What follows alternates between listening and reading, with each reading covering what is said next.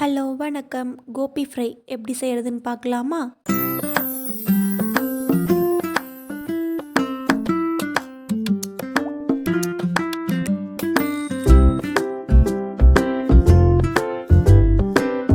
நான் இப்போது ஒரு ஸ்மால் சைஸ் காலிஃப்ளவர் தான் எடுத்திருக்கேன். அதோட ஸ்டெம்மெல்லாம் கட் பண்ணிவிட்டு அதை குட்டி குட்டியாக சாப் பண்ணி எடுத்து வச்சுக்கோ. ஒரு பேனில் தண்ணி ஊற்றி அதை நல்லா சூடு பண்ண வச்சுக்கோங்க.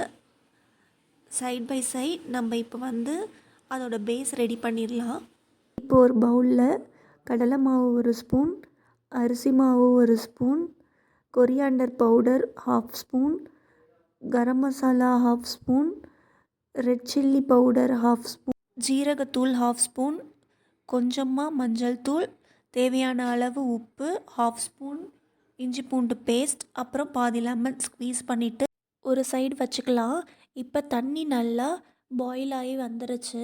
கொதிக்கிற தண்ணியில் கொஞ்சமாக உப்பு, கொஞ்சமாக மஞ்சள் தூள் ஆட் பண்ணிவிட்டு சாப் பண்ணி வச்சுருந்த காலிஃப்ளவரையும் அதில் ஆட் பண்ணிவிடுங்க.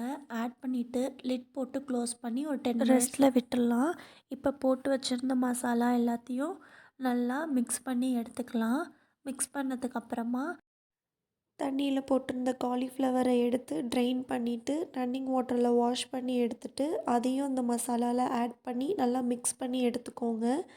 தண்ணி கொஞ்சமாக ஆட் பண்ணி நல்லா மிக்ஸ் பண்ணிங்கன்னா அந்த மசாலாவும் காலிஃப்ளவரோடு நல்லா கோட்டாகி வந்துடும். நல்லா மிக்ஸ் பண்ணதுக்கப்புறமா ஒரு லிட் போட்டு க்ளோஸ் பண்ணி ஒரு 1/2 அன் ஹவர் ஊற வச்சுக்கோங்க. தென் அடுப்பில் கடாய் வச்சு தேவையான அளவு எண்ணெய் ஊற்றிக்கோங்க. எண்ணெய் நல்லா ஹீட் ஆனதுக்கப்புறமா நம்ம செஞ்சு வச்சுருந்த காலிஃப்ளவரை ஒன்று ஒன்றா ஆட் பண்ணிக்கலாம். ஆட் பண்ணிவிட்டு நல்லா அதை மிக்ஸ் பண்ணி விடுங்க. காலிஃப்ளவர் ஒன்றோட ஒன்று ஒட்டாமல் இருக்கிறதுக்காக கரண்டியால் அதை செப்ரேட் பண்ணி விட்டு நல்லா ஃப்ரை பண்ணி எடுத்துக்கோங்க.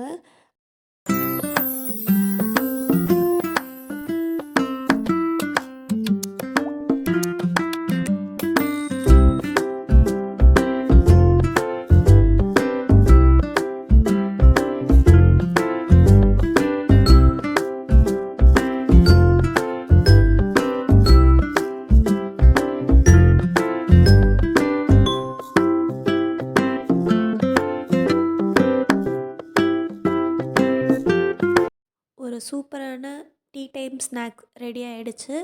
ஈவினிங் ஸ்கூல் விட்டு வந்தோடனே உங்கள் குழந்தைங்களுக்கு இதை செஞ்சு கொடுத்து பாருங்கள். அவங்களும் ரொம்ப விரும்பி சாப்பிடுவாங்க. உங்களுக்கும் இந்த டிஷ் ரொம்ப பிடிக்கும்னு நினைக்கிறேன். பிடிச்சிருந்தா மறக்காமல் வீட்டில் ட்ரை பண்ணி பாருங்கள். Tata bye bye, see you.